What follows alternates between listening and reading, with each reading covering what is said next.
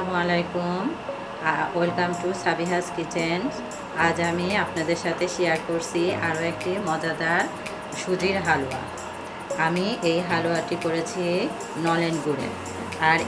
আর এই হালুয়াটি দেখেন, দেখতে কত সুস্বাদু হয়েছে, কত সুস্বাদু লোভনীয় হয়েছে। এবং আমার এই হালুয়াটি দেখেন, আমি আপনাদের দেখিয়ে দিচ্ছি, এরকম খুব একটা ড্রাইও হয়নি, আবার খুব একটা নরমও হয়নি। আমার এই হালুয়াটি এরকম সুন্দর করে রান্না করে আমি আপনাদের সাথে শেয়ার করছি। চলুন তাহলে দেখে নেই আমি এই রান্নাটি করতে কী কী উপকরণ ইউজ করেছি।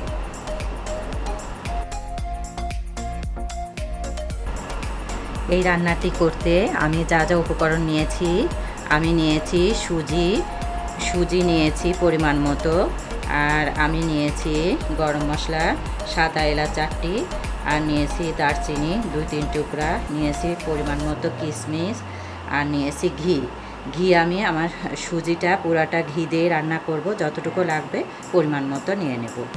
আর নিয়েছি নলেন গুড় আমি নিয়েছি আন্দাজ মতো, মানে মিষ্টি যতটুকু লাগবে সেই পরিমাণে দেব, লাগলে আমি আরও কিছু অ্যাড করব। আর দুধ নিয়েছি 1/2 কেজি। চলুন তাহলে কথা না বাড়িয়ে সরাসরি রান্নায় চলে যাই।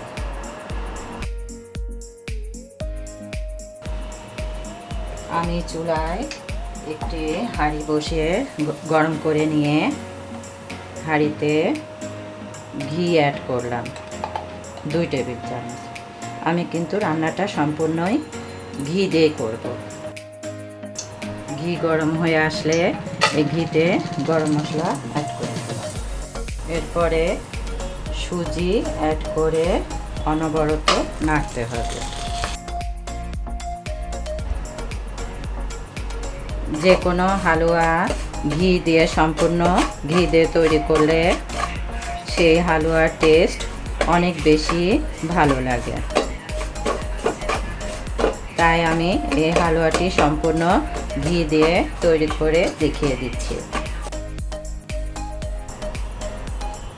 এরপরে সুজি এরকম ব্রাউন কালার হয়ে আসলে সুজিতে আমি দুধটা অ্যাড করে দেব। আমি কিন্তু সম্পূর্ণ এই রান্নাটি দুধ দিয়েই করব, এতে কোনো প্রকার পানি অ্যাড করব না। এরপরে কিশমিশগুলো অ্যাড করে দেব। সুজি এরকম দেখতে হবে যে সুজিটা যখন এরকম সিদ্ধ হয়ে যাবে, এই পজিশনে গুড় অ্যাড করে দিতে হবে। আপনারা যে যেরকম মিষ্টি খান সেই অনুযায়ী গুড় অ্যাড করবেন এবং এরকমভাবে অনবরত নাড়তে হবে, না হলে দলা পেকে যাবে সুজি। আর এই সুজি কিন্তু একটু ভালো করে, মানে এরকম দুধে ভালো করে একটু সিদ্ধ করে নিতে হবে, না হলে তারপরে গুড় দিতে হবে।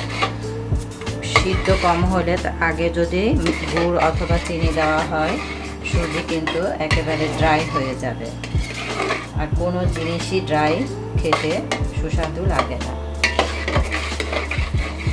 এরপরে একটু মিষ্টি চেখে দেখতে হবে। আমার মিষ্টি একদম পারফেক্ট। এই পজিশনে আমি এই সুজিটা আর একটু নাড়াচাড়া করে আমি আর একটু ড্রাই করে নামিয়ে নেব। খুব বেশি ড্রাইও হবে না, আমি আপনাদের দেখিয়ে দেব যে আমি কোন পজিশনে এই সুজিটি নামিয়ে পরিবেশন করছি।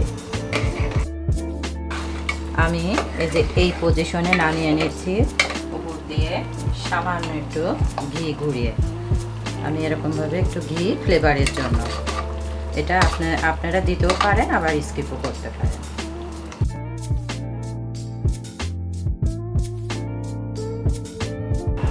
এরপর আমি এরকম একটু বাদাম কুচি ছিটিয়ে আর কিশমিশ ছিটিয়ে পরিবেশন করব।